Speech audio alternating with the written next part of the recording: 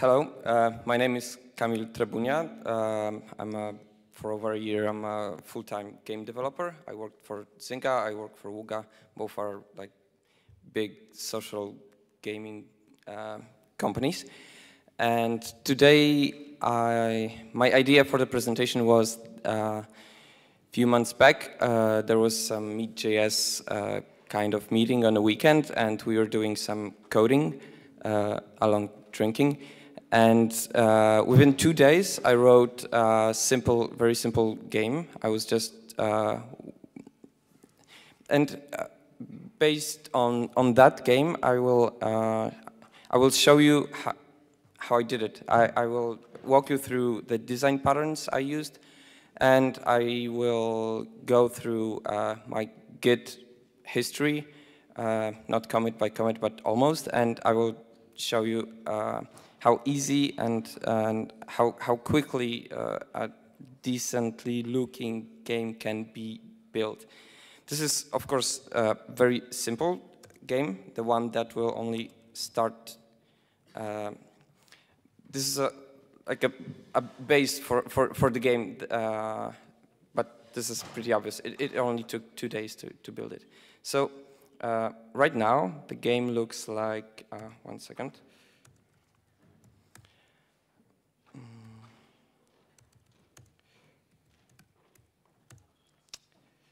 I'm just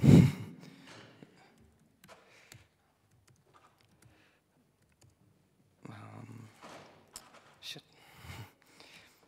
Okay, first I will show you how this looks, and then we'll move to.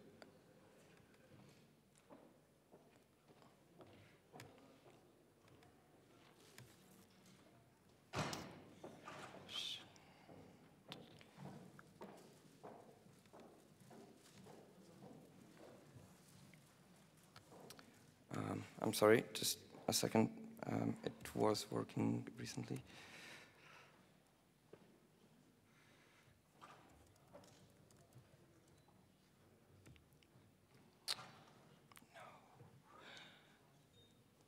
Okay, then I will show it in the end because it should work then.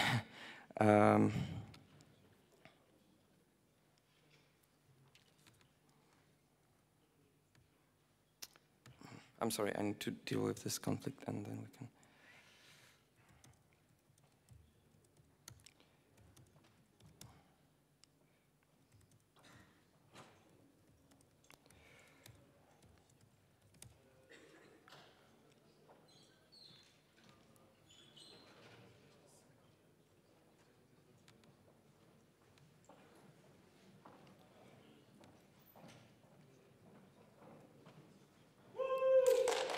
Yeah.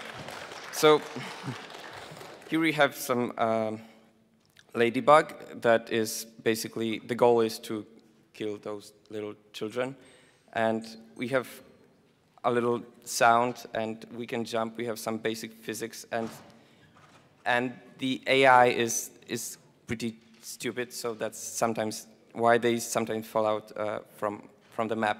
But AI and nothing like that was the goal of this presentation. So let's start from the beginning.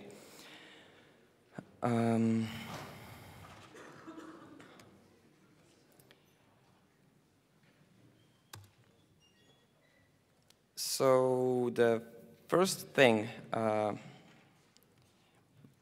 I did is I'm loading all the. First thing I did is I downloaded some free assets I found on the internet, both graphics and sound. That's and because it's not that common to release cool graphic on the internet, basically the graphic I found made me do the game I did. And so first thing we need to do is to load all the assets. And here I wanted to show you one of my favorite patterns I use, and it's called deferred or promises. And deferred constructor encapsulates values that are simply not yet ready at the time of when we use it. But it's very cool because it allows us to to use those values that are not yet ready as if we had them. We are almost writing like procedural code with no like event-driven obstacles like complexity. The way we use it is we are just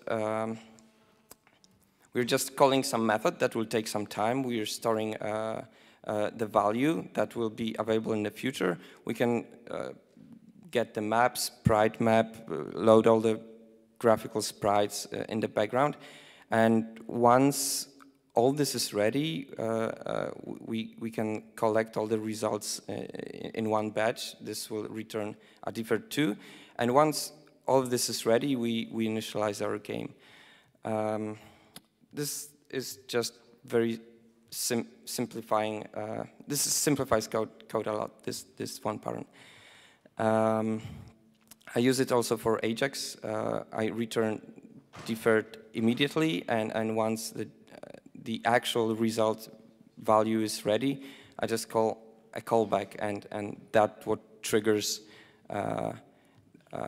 those methods that were waiting for those values. So at this point, the game doesn't yet exist.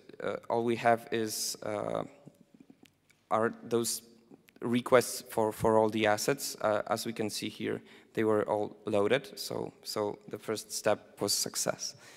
The next, we will go to next comment will be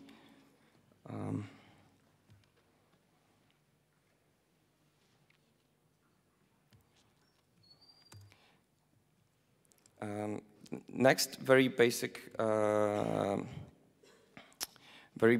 pattern is MVC. That I wanted to talk about is MVC and dependency injection. In general, even in games, we want to completely separate logic from the view. This is pretty obvious. It is the best approach in the long run, and MVC everybody knows, so I'm not going to talk about that. And dependency injection means that we only feed our objects with references to other objects that are really, really needed, and only that. This helps with security and helps with decoupling and maintainability in general. So this means that, for example, like our core logic of the game knows about some data models like the map or entities types, and the view only knows about the core, and through the core it also knows the map and entity types, but it doesn't know them directly. Also, you may notice that core has no idea about the view and can not access their methods and properties, nothing like that. Thanks to this approach, we can have many views for many different devices, and they can work completely in parallel, rendering the same game state in a different way.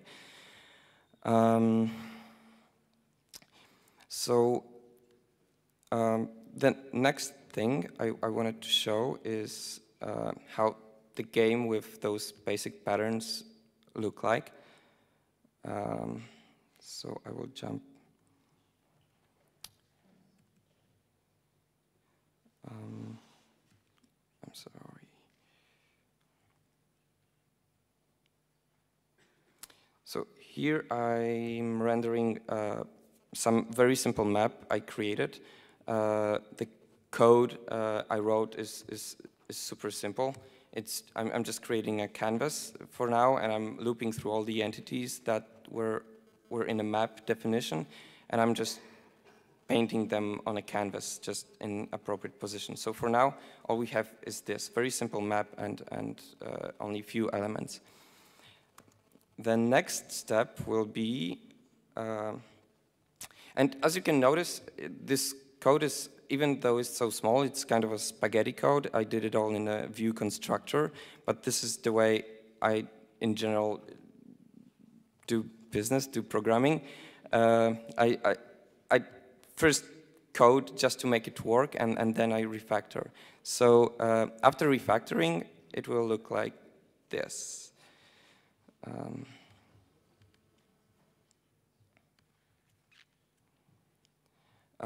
Here we already have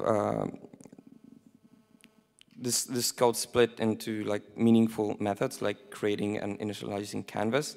I have a draw method, and parts of the logic are already, rendering logic are already outside in entity views constructors, which each entity, each object on the screen handles drawing of itself on its own. This way we can very easily have many different kinds of objects in a game.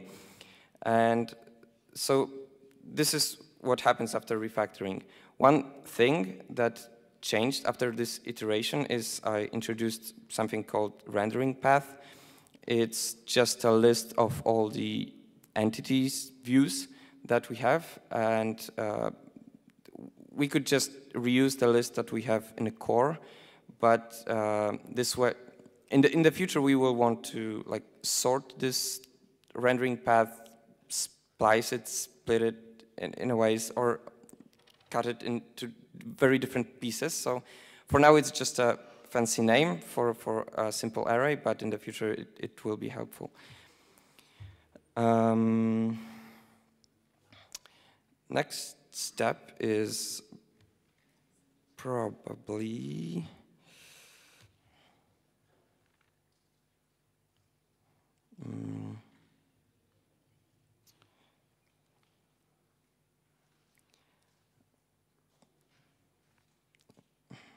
I'm sorry, 1 second.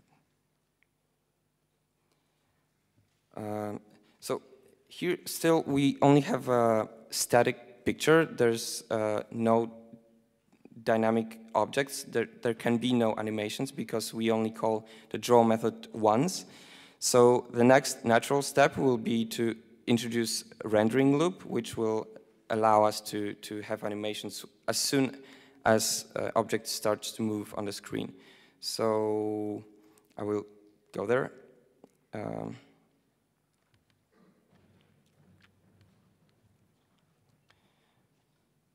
And here's the simplest rendering loop possible. Request animation frame that I use here is a callback that we can override. It will be called by the browser before the browser will every time browser will want to repaint the window, it will call request animation frame. When it will be ready to repaint the window, it will call this callback. So if we will override it, meaning if we will call request animation frame with some code of ours in the argument, it will be called every time that browser wants to refresh the screen. It won't be happening, for example, when the browser window is closed or the tab is changed. So it will preserve battery, it will save some CPU, and it's the most optimal way. In legacy browsers, we will have to use something like a set interval, which is more brute force, but also works. So basically here, what we do in this rendering loop, we call it like about 60 times per second, and we just call it draw. So right now, even though our picture is completely static, we redraw this scene 60 times a second. So I started very simple, so I can work out all the bugs on this simple map. But the next step for me was to create a more complex map, and let's see how this looks with more complex map. It looks like this, and it works, which is good. It didn't work at first for me. That's why I tend to start very simple. And so now we have a map. Now we have a rendering loop. So the next step to make it into an actual game will be to add some physics engine. I picked the probably simplest physics engine ever created. It's called microphysics. It's the simplest 3D physics engine I ever found. So I will just show how simple it was to add some basic physics.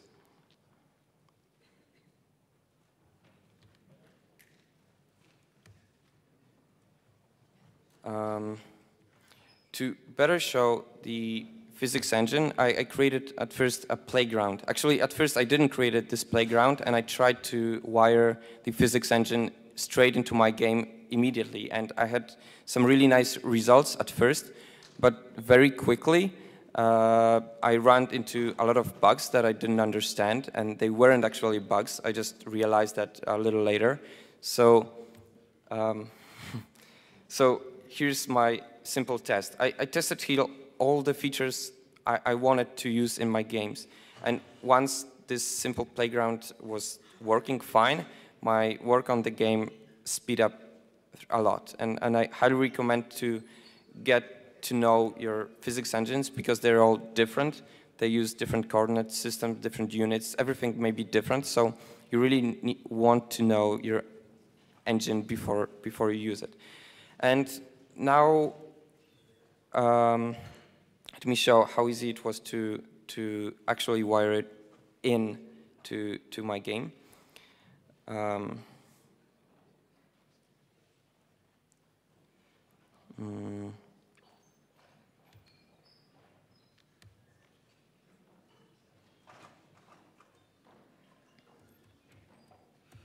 So here's the core. The only thing that's new in the core logic of the game is this method init physics. All we do is we initialize the world in which our objects will move. We do some very basic setup. We just start the physics. We add some gravity here, and that's it. And we run the physics loop. It's just like rendering loop. It happens like couple tens of times per second, and we want to have it running parallel to rendering loop and completely independent because we can do different tricks with it in the future. We can try to run it in workers or web workers or do other things that require it to be parallel. Besides, it's not good to mix logic with view. So we have a separate loop.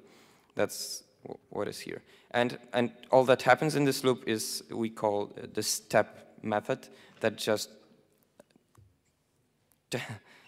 runs the physics calculations tens of times a second.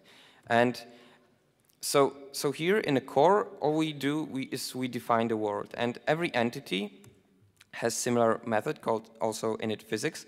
And all we do here is we initialize the body for this entity. And by the way, entity means anything that is on the screen.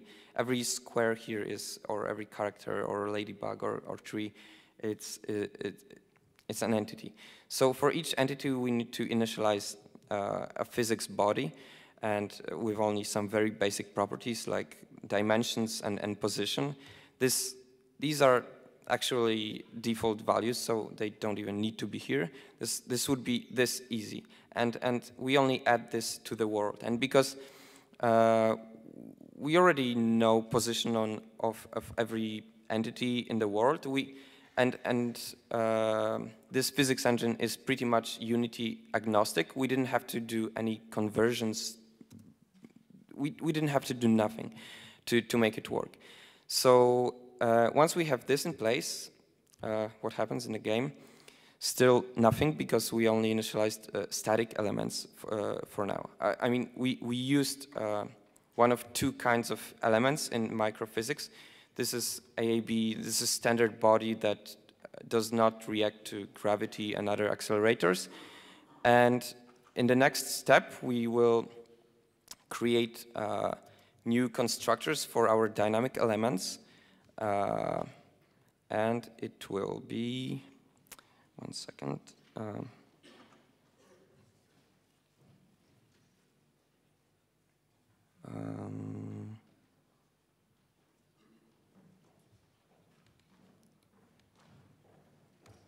Yes, so here I created two new constructors, character entity. It's just like entity. It's just that here's entity and here's character entity. It just extends the basic entity. That's why I only call the basic constructor here. And the thing that is different is that here I use the other kind of a body, which is in microphysics it's called sphere, and it's initialized slightly different but equally easy. So here also I'm adding it to the world, and now we are good. And I also created a helper method character entity view, and because I didn't want it to write too much conditional code in one generic entity view, so I'm extending it, and all I'm doing here differently than for the static elements is that every time we call draw, which is tens of times a second, I'm updating position of the element, because only dynamic elements will ever change the positions. It's not necessary for any other object in the game, only for those. So here we have it already running. One thing that I also modified is I raised all those dynamic elements, characters, few meters up. So this looks like this. We already have some gravity, so at least we see some movement. And let me remind you that we did almost nothing. All we added is we initialized some bodies with well-known position, with some almost default values, and same for the world. We just initialized some very basic world. We did nothing. We didn't have to configure almost nothing. So, and we already have gravity. So the next step, of course, is to add some movement to it, which is we need to handle user input. And it's not as straightforward as it may seem at first. 1 second.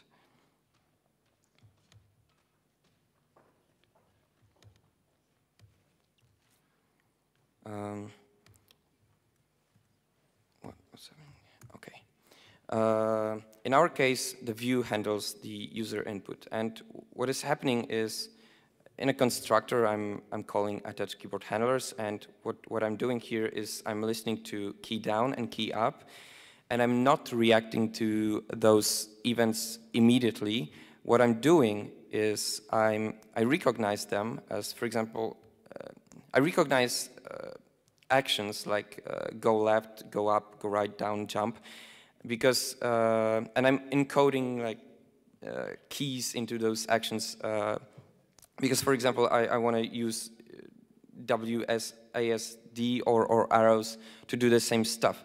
So I'm encoding them into well-known actions, and then I'm calling, and then I'm storing the state of a keyboard. I'm not reacting to it immediately. What I'm doing is here, this is the whole like keyboard handling. I'm just storing the state of those actions, of those keys, and that's it for now.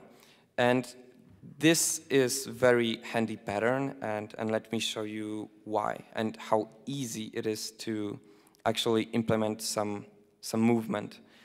So let's go to entity. Actually, I created also this ladybug character entity, which extends that character entity, and it's just for the bug here. Because it needs to handle exactly user input. And the code that we see here, it's specific to microphysics. In order to move elements, we need to create accelerators that use force on elements, but actual code is very simple. It's just a bunch of conditionals that if we do, one more thing, this accelerator, this perform method will be called every time that physics engine does the calculations, so tens of times per second. And here, in this method, we will recognize that the key right arrow or left arrow or jump key was pressed. And if it is happening, and we can even combine all of them at once, we will just accelerate our body in one of the, in a desired direction. So this is all the code that we needed to make our bug move. And it looks like this. Yeah. Right now there's no friction, no nothing, so it kind of looks weird. So after adding friction and some additional tweaking the physics a little bit, we will get something like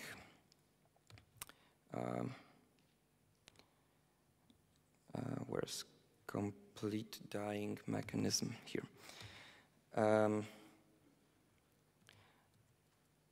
Here's how it works with some stupid AI. I just made those characters move, and we can already jump, and we stop. We can move those guys, and they won't fall out of the map.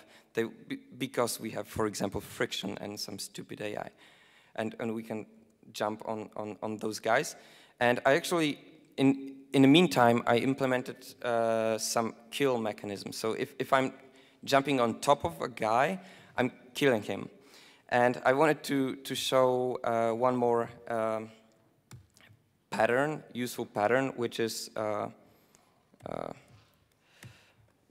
is simple observable, just with some bubbling. It works exactly like at even listener. It's just that I'm using it in a way that when character dies, for example, it here I don't use it yet. Okay, so here when Ladybug kills somebody, here's this basic killing mechanism. I'm using collision detection that was built in those physics engine, and if all the conditions are met, I'm calling entity. I'm calling it to die, and what happens is I remove that object from the physics engine, but it still stays in our rendering path in our core. It's still there. I know. Yeah. Okay. So what we want to do is we want to clean up after dead. We want to clean up dead body. So I'm doing this with observable pattern. 1 second. Here it should be already in place. So once I'm dying, I'm firing an event die, and before that I'm calling an event dying, because right now those kids die for like a second and a half, and so we can enjoy it more in a way. And so basically what happens is when our entity calls fire event, all those events bubble up to core JS, and here we have a death handler, very cool, and we clean up the mess after those bodies. So bubbling is very useful because we don't have to attach listeners to every entity of ours. And the last pattern that I wanted to show is publish subscribe. I created global publish and subscribe methods, so I can pass some messages to like everybody that is listening to it without knowing reference. Objects don't need to know about themselves to communicate. You basically call publish whenever you want to announce something to the world, like here, new game published, die, and nobody needs to know about the core, nobody needs to know about this entity to react to this kill.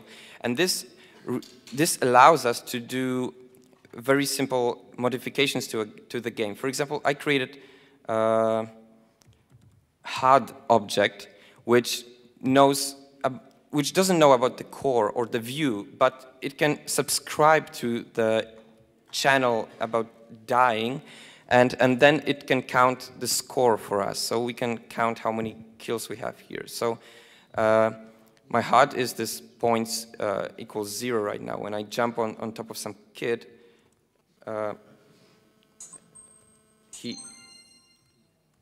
we have some points. Yeah. And this is an example of completely decoupled code that doesn't need to know about anything happening in the world. It just subscribes to this one thing.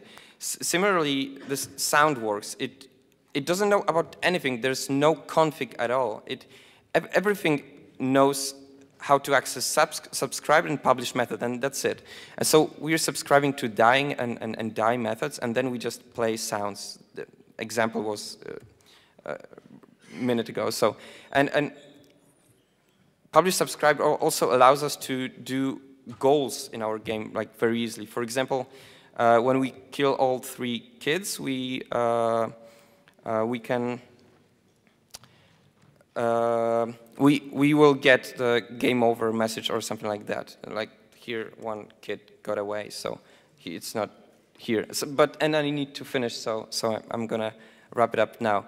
And so this was an example of a very basic game architecture, but an architecture that is very easily extensible. It truly was created within like 2 days, plus 1 day of I was learning microphysics engine the hard way. So, but I did no code on that day. So it can be totally done in 2 days, and then we can use. And then we can extend this game very easily, as I showed with some very simple goals like here. We can publish a lot of different messages, like when somebody jumps or kills somebody or falls into water. We can create calls very easily because we just listen to them, count them, and we react to them, like here with the alert. Congratulations, you won. And that's it. So the code for this game is on GitHub. My handle is simply, username is Kamil Trebunia, so it will be very easy to handle. I invite you to just go there, clone and play with it, and just to familiarize yourself with basic game development. And that's it. Thank you.